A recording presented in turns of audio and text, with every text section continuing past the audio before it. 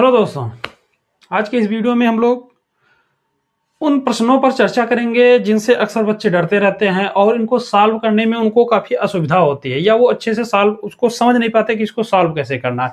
तो हम इस वीडियो में उसी प्रश्नों को सॉल्व करेंगे जो बोर्ड एग्जाम में एक तो पूछे जाते हैं और दूसरा जिसको समझने में काफ़ी दिक्कत होती है बच्चों को। तो चलिए शुरू करते हैं, ज़्यादा हम लोग इस पर बात नहीं करेंगे। हम लोग पहला प्रश्न आते हैं और उसको समझते हैं कि क्या है और इसको कैसे सॉल्व करेंगे।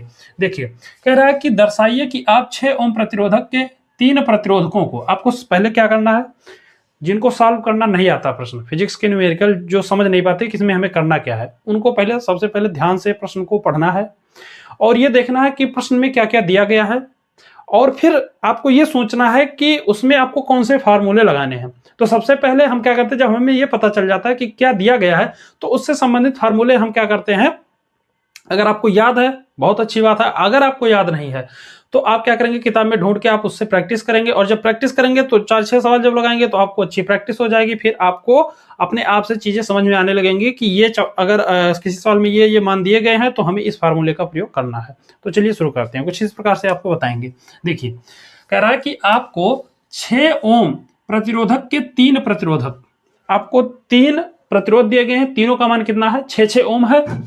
इस प्रकार किस प्रकार संयोजित किया जाए, मतलब कह रहा है कि इसको कैसे आप संयोजित करोगे, किस प्रकार से जोड़ोगे कि जो प्राप्त संयोजन हो उसका मान एक तो 9 ओम हो जाए और एक क्या हो जाए, 4 ओम हो जाए। यानी 2 सवाल इसमें दिए गए हैं तो 4 अंक का यह सवाल है कि आपको 3 प्रतिरोध दे दिया और पूछ रहा है कि इसको कैसे कैसे जोड़ोगे कि अगर उन्हीं तीनों को जोड़ दें तो 9 ओम हो जाए और अगर उन्हीं तीनों को जोड़ दें तो 4 ओम हो जाए। अब आप कंफ्यूज होंगे कि इसमें करना क्या है, तो सबसे पहले हम नोट करते हैं क्या दिया गया है। इसमें आपको 3 प्रतिरोध दिए गए हैं, तो R1 दिया गया है कितना, 6 ओम, R2 दिया गया है कितना, 6 ओम, R3 दिया गया है कितना, 6 ओम। अगर आप नहीं समझ पा रहे कि ये R1 R2 R3 कैसे आया तो यहीं से देखिए 3 और प्रतिरोध को R से डिनोट करते हैं, तो R प्रतिरोध होता है 3 है तो इसलिए उसको 1 2 और 3 उसको मान लिए। ठीक, तो ये आपके 3 प्रतिरोध दिए गए।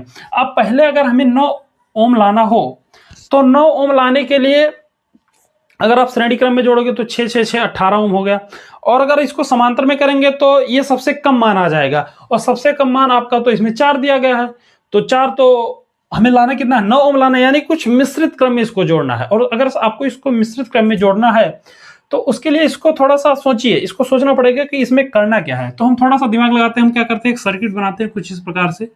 मान लीजिए हमने एक प्रतिरोध यहां लगा दिया, एक प्रतिरोध को यहां लगा दिया और इस प्रकार से हमने सर्किट को पूरा किया। अभी आपके 2 हो गए और एक हमने क्या किया, यहां लगा दिया। ये आपका हो गया 6 ओम, ये आपका हो गया 6 ओम, ये आपका हो गया 6 ओम। इसको मान लीजिए R1, इसको मान लीजिए R2, इसको मान लीजिए R3 और तीनों को हमने कुछ इस प्रकार से इसमें संयोजित कर दिया। ठीक, अब देखो, आप देखोगे इसको नाम देते हैं कुछ A, इसको नाम देते हैं B, इसको नाम देते हैं C। हम क्या करेंगे, पहले A और B के बीच के इन दोनों प्रतिरोधों को जोड़ेंगे। अब इसको जोड़ोगे कैसे, इसको जोड़ने के लिए आपको देखना होगा कि ये कौन सा क्रम है। तो अगर कोई भी प्रतिरोध इस प्रकार से हो कि वो दोनों प्रतिरोध 2 अलग अलग तारों में है, जैसा कि इसमें दिख रहा है, यहां तक तो एक तार था लेकिन यहां से आप देखो तो ये अलग हो गया, ये आपका अलग हो गया, 2 अलग अलग तार आ गए। अब अगर 2 अलग अलग तारों में दिया गया है तो वो हो गया आपका समांतर क्रम। और अगर एक ही तार है और उसी एक तार में सारे प्रतिरोध लगे हुए हैं, जैसे मान लीजिए ये आपका एक तार हो गया, तो एक यहां पे हो गया, एक इस सिरे पे हो गया, एक इस सिरे पे हो गया, 2 प्रतिरोध ऐसे जोड़ दीजिए तो ये आपका हो जाएगा श्रेणी क्रम, क्योंकि ये एक तार है और इसमें एक ही में सीरीज में लगा हुआ है तो ये आपका श्रेणी हो गया। लेकिन अगर इसी के पैरेलल में एक और तार ऐसे लगा दीजिए, तो अगर आप एक और तार लगा देंगे तो उसके क्या हो गया, समांतर हो गया। यानी आप देखो ये इसके क्या हो गया, समानांतर हो गया। लेकिन अगर ये एक में होता तो श्रेणी होता। तो चूंकि A और B जो है आपका बिंदु इन दोनों के बीच में आपका समांतर क्रम में है, तो यहां पर लिखेंगे कि बिंदु A व B के बीच का तुल्य प्रतिरोध, तुल्य मतलब होता है कुल, या आप कुल भी लिख सकते हो। तो यहां पे कैसे निकालोगे भाई, ये समांतर क्रम में है तो समांतर क्रम में जोड़ेंगे तो यहां पे ये हो जाएगा आपका 1। अब समांतर क्रम का सूत्र जो होता है वो होता है आपका 1/r equal to 1/r1 plus 1/r2। इसको मान लो r1, इसको मान लो r2 और इसको मान लो r3। तो यहां से मान रख लो 1/r is equal to 1/r1 का मान भी 6 है और r2 का मान भी कितना है 6 है। ठीक, यहां तक समझ में आया। आगे देखिए 1/r इक्वल टू, अगर हर समान है तो अंश क्या होता है, जुड़ जाता है। तो ये हो जाएगा आपका 2/6, डिवाइड कर लो 2 तिया 6, तो 1/r इक्वल टू हो जाएगा 1/3। आगे देखो क्रॉस मल्टीप्लाई कर लो भाई, तो यहां से हो जाएगा आपका r इक्वल टू 3 ओम। यानी ये यहां से a से b तक का ये जो हिस्सा है इस पूरे का मान कितना है 3 ओम। अब ये जो है, ये जो 3 ओम है वो इस 6 ओम के क्या है, पैरेलल में है। ओ सॉरी, ये 3 ओम इसके किस में है, सीरीज में है।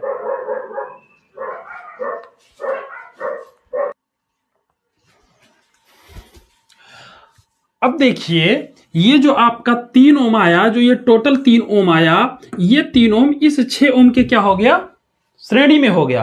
अब अगर ये दोनों श्रेणी में हो गए तो उस कंडीशन में ए और सी, इस ए और सी इन दोनों बिंदुओं के बीच का अगर हम तुल्य निकालें तो यहां पे लिखेंगे तथा ए और सी के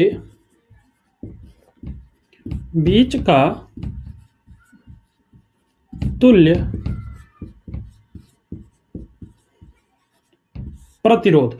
तो यहां से हो जाएगा R इज इक्वल टू, अब आप जानते हो कि A और B के बीच का जो टोटल मान है वो कितना है, 3 है, क्योंकि हमने यहां से कैलकुलेट कर लिया। तो ये हो जाएगा आपका, आप इसको लिख सकते हो 3 ओम प्लस ये आपका कितना हो गया 6 ओम। क्यों, क्योंकि ये सीरीज में है और सीरीज का फार्मूला सब लोग जानते हो, ऐसे आप लिख सकते हो R equal to R1 plus R2 plus R3 plus dot dot dot, ये वाला फार्मूला हमने इसमें यूज कर लिया। तो यहां से हो जाएगा R इक्वल टू 6 और 3 9 ओम। तो हमारा जो पहला आंसर है 9 ओम वो आपका आ गया। तो आई होप आपको ये अच्छे से समझ में आ गया होगा। अब सेकंड देखो, सेकंड अगर आपको इन्हीं तीनों को जोड़ के क्या करना हो, 4 ओम लाना हो, तो 4 ओम लाने के लिए क्या करेंगे भाई, इसके लिए सर्किट डायग्राम बनाते हैं। तो सेकंड वाला सॉल्व कर लेते हैं। देखो इसके लिए हम क्या करते हैं, कुछ ऐसा दिमाग लगाते हैं, एक प्रतिरोध हमने यहां लगा दिया, एक प्रतिरोध हमने यहां लगा दिया, और एक क्या किया हमने, इन दोनों के पैरेलल लगा दिया, कुछ इस प्रकार से।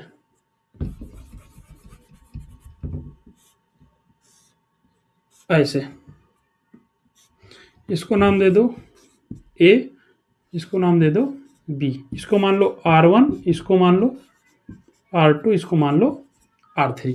R1 R2 R3 तीनों के तीनों किसमें है, श्रेणी आपके 6 ओम के हैं। ठीक, अब आप देखो हम A और B के बीच का अगर तुल्य प्रतिरोध निकालेंगे तो R1 और R2 किसमें है, R1 और R2 आप देख रहे हो तो सीरीज में है। क्यों, क्योंकि ये एक ही तार में है। तो अगर ये एक ही तार में है तो इसमें आपको श्रेणी क्रम का सूत्र लगाना है। लेकिन जो R3 वो इन दोनों के किसमें है, समांतर में है। तो इसके लिए आपको क्या करना है, पहले तो इनको सीरीज में जोड़ना है और फिर इसके समांतर में R3 का फार्मूला लगाना है और पैरेलल फार्मूला यूज करना है और उससे सॉल्व कर लेना है। तो यहाँ पे लिखेंगे R1 व R2 का कुल प्रतिरोध, तो ये हो जाएगा, टोटल मान लेते हैं R है, जो कि हो जाएगा 6 + 6 बराबर 12 ओम। यानी ये दोनों कितना है, ये दोनों आपका हो गया 12 ओम। ठीक, फिर लिखेंगे अतः ए व, ये ए हो गया, ये आपका बी हो गया, बी के बीच का कुल प्रतिरोध। तो ए और बी के बीच का, अब देखो ए और बी भी ये तो आपके श्रेणी में थे, लेकिन इन दोनों के समांतर, ये इन दोनों के समांतर में कौन है, R3 है। तो इसके लिए आपको क्या करना होगा, आपको समांतर क्रम का फार्मूला यूज करना होगा। तो यहां से हो जाएगा आपका 1/r इक्वल टू 1/, अब इस R का मान कितना है भाई, इस R का मान है आपका 12 ओम। तो यहाँ पे आप क्या लिखोगे, 12 + 1/, यहाँ पे कितना है R3 और R3 का मान कितना है 6, भाई R3 का मान कितना है, 6 है। अब इसको सॉल्व कैसे करोगे भाई, यहाँ पे दोनों का क्या करो, एलसीएम निकाल लो। तो अगर आप एलसीएम निकालोगे तो 6 और 12 का एलसीएम कितना आएगा, 12। तो यहाँ से 1/r इक्वल टू हो जाएगा, यहाँ पे हो गया 12। अब 12 से 12 में भाग करो, हर से क्या करते हैं, जो आपका हर है उसमें क्या करते हैं, भाग कर लेते हैं। तो 12 से 12 में भाग करेंगे 1 आएगा, और इससे भाग कर लो 6 से भाग करोगे तो 6 दूनी 12। तो यहाँ से हो जाएगा 1/r इक्वल टू 2 और 1 3/12 डिवाइड करो, 3 चौक 12। तो क्रॉस मल्टीप्लाई कर लो, तो r इक्वल टू कितना हो जाएगा, 4 ओम। तो आपका दूसरा भी आंसर आ गया 4 ओम। यानी अगर इन्हीं तीनों प्रतिरोधों को अलग अलग तरीके से जोड़ा जाए तो उनका मान क्या हो जाएगा, अलग अलग हो जाएगा। तो आई होप आपको ये सवाल अच्छे से समझ में आ गया होगा। अब हम आते हैं दूसरे सवाल पे, तो चलिए देखते हैं। देखिए दूसरा सवाल क्या कह रहा है, वेरी मोस्ट इंपॉर्टेंट है और 4 अंक में बहुत बार पूछा जा चुका है। कह रहा है कि 220 वोल्ट की विद्युत लाइन का उपयोग किए जाने वाले बल्बों का अनुमतांक 10 वाट है। अनुमतांक मतलब उस पर लिखा हुआ है, यानी उसकी जो पावर है वो कितनी है, 10 वाट की। तो आपको क्या करना है, सवाल को पढ़ते रहना और जो जो मान दिए गए होते हैं उसको क्या कर लेना, नोट कर लेना है। तो यहां से विभव दिया गया कितना, 220 वोल्ट। पावर दिया गया है। अब हमें कैसे पता चला ये पावर है, हमें पता चला मात्रक से, क्योंकि शक्ति का मात्रक ही क्या होता है, वाट होता है। तो यहां से पावर जो दिया गया वो कितना है, 10 वाट। यदि 220 वोल्ट की लाइन से अनुमत अधिकतम विद्युत धारा 5 एम्पियर है, यानी धारा का मान भी दिया गया है कितना, 5 एम्पियर। तो इस लाइन के दोनों सिरों के बीच कितने बल्ब पार्श्व मतलब होता है समांतर क्रम में संयोजित किए जा सकते हैं। यानी आपको बताना क्या है, आपको बताना बल्बों की संख्या,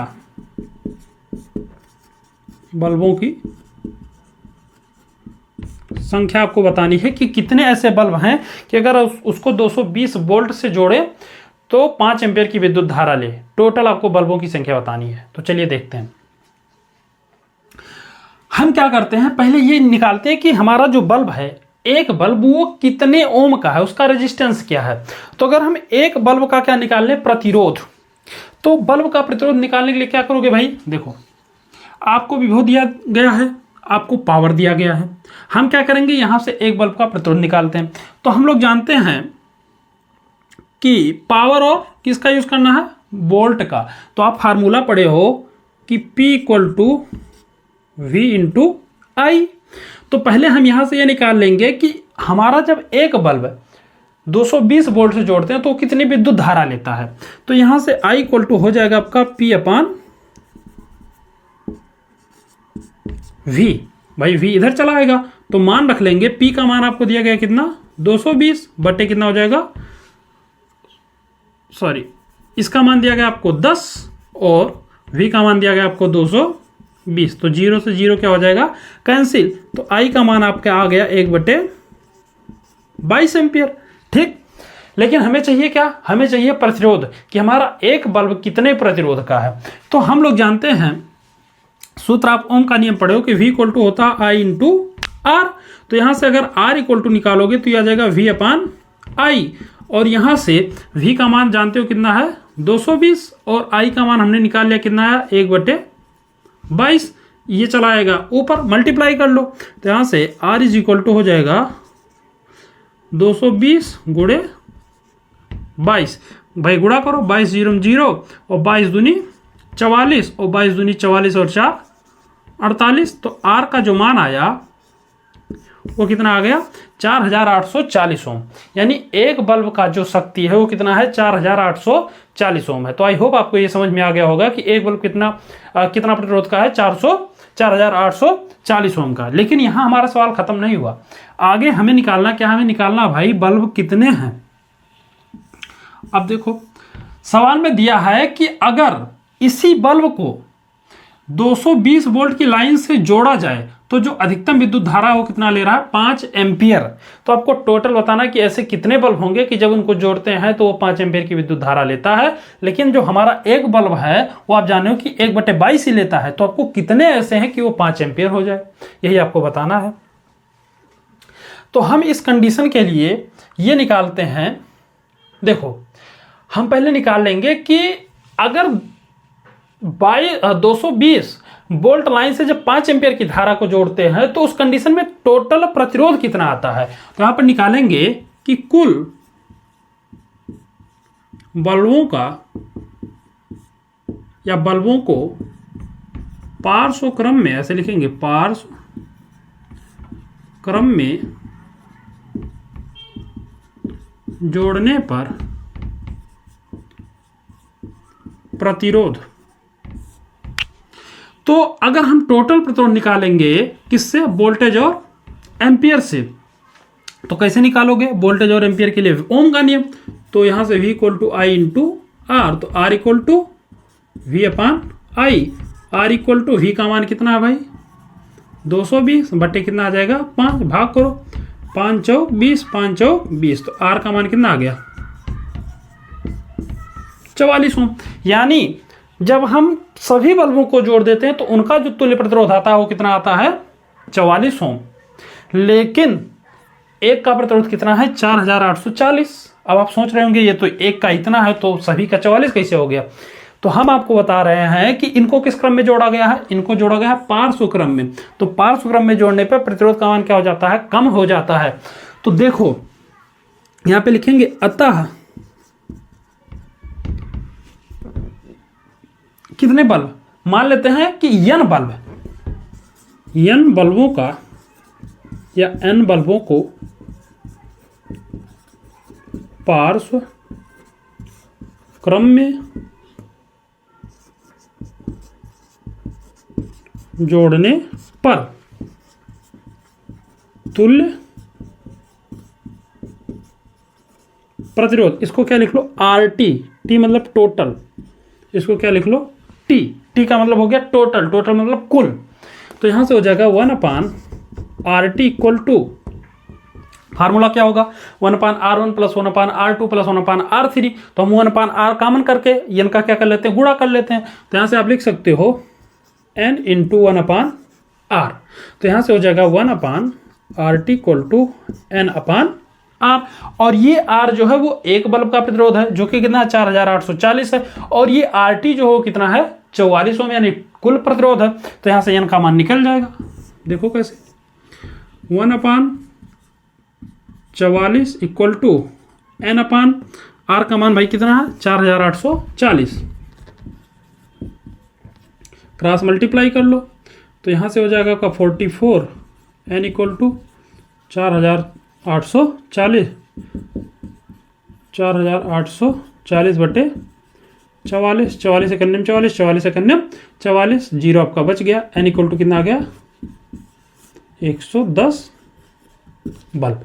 यानी कुल बल्ब कितने हो गए, बल्बों की संख्या टोटल कितनी हो गई 110। तो आई होप आपको ये भी अच्छे से समझ में आ गया होगा।